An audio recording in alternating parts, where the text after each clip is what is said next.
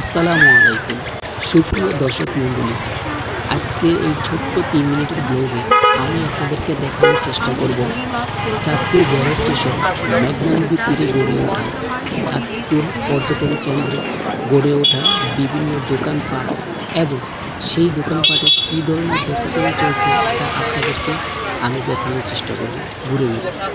তো আপনারা আমার সাথেই থাকুন।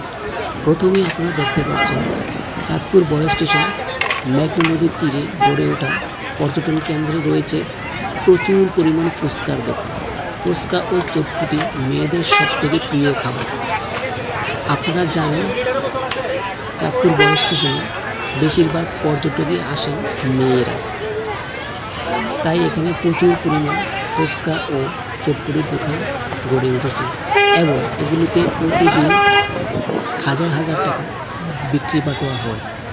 তো এখন আমি আপনাদেরকে দেখাবো কিছু গহনা ও জুয়েলারির দোকান।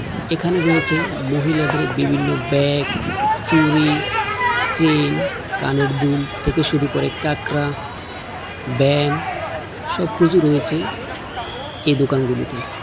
তো এই দোকানগুলিতে সচরাচর ভিড় দেখা যায়, কেনাকাটার ধুম পড়ে থাকে এই দোকানগুলিতে।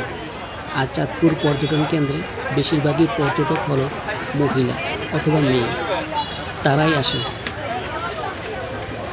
এখানে কয়েকটি দোকান রয়েছে, প্রত্যেকটি দোকানে প্রচুর পরিমাণে ক্রেতাদের আগমন এবং বেচাকেনার ভিড় রয়েছে। প্রত্যেকটি দোকানে হাউসফুল। চাঁদপুরে রয়েছে নদীর তীরে গড়ে ওঠা সবথেকে সুন্দর ও আরামদায়ক পর্যটন কেন্দ্র হলো চাঁদপুর বড় স্টেশন পর্যটন কেন্দ্র। আপনারা এখনও যারা আসেনি তারা এখনই চলে আসুন, ঘুরে আসুন চাঁদপুর বড় স্টেশন পর্যটন কেন্দ্র এবং এখানকার ফুচকার স্বাদ অবশ্যই নিয়ে যাবেন। এখন আমি আপনাদেরকে নদীর তীরে গড়ে ওঠা আরও কিছু দোকানপাট দেখানোর চেষ্টা করব। এখানে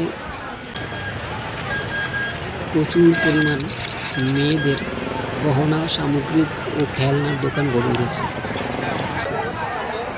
বৃষ্টির কারণে অবস্থা খুব একটি ভালো না। এখন দেখতে পাচ্ছেন চাঁদপুর ইলিশ চত্বর। এখান দিয়ে চাঁদপুর বড় স্টেশন পর্যটন কেন্দ্রে ঢোকার মুহূর্ত, এখানেই ঢোকার গেট। এখান দিয়ে আপনারা প্রবেশ করে সরাসরি চলে যাবেন নদীর তীরে এবং সেখানকার ঠান্ডা ও শীতল হাওয়া আপনার মনকে প্রসিদ্ধ করে তোলে। আশা করি এখনও যারা আসেননি তারা আসেন এবং চাঁদপুর বড় স্টেশন ঘুরে যান। খুবই মন ভালো করার মতো একটি জায়গা।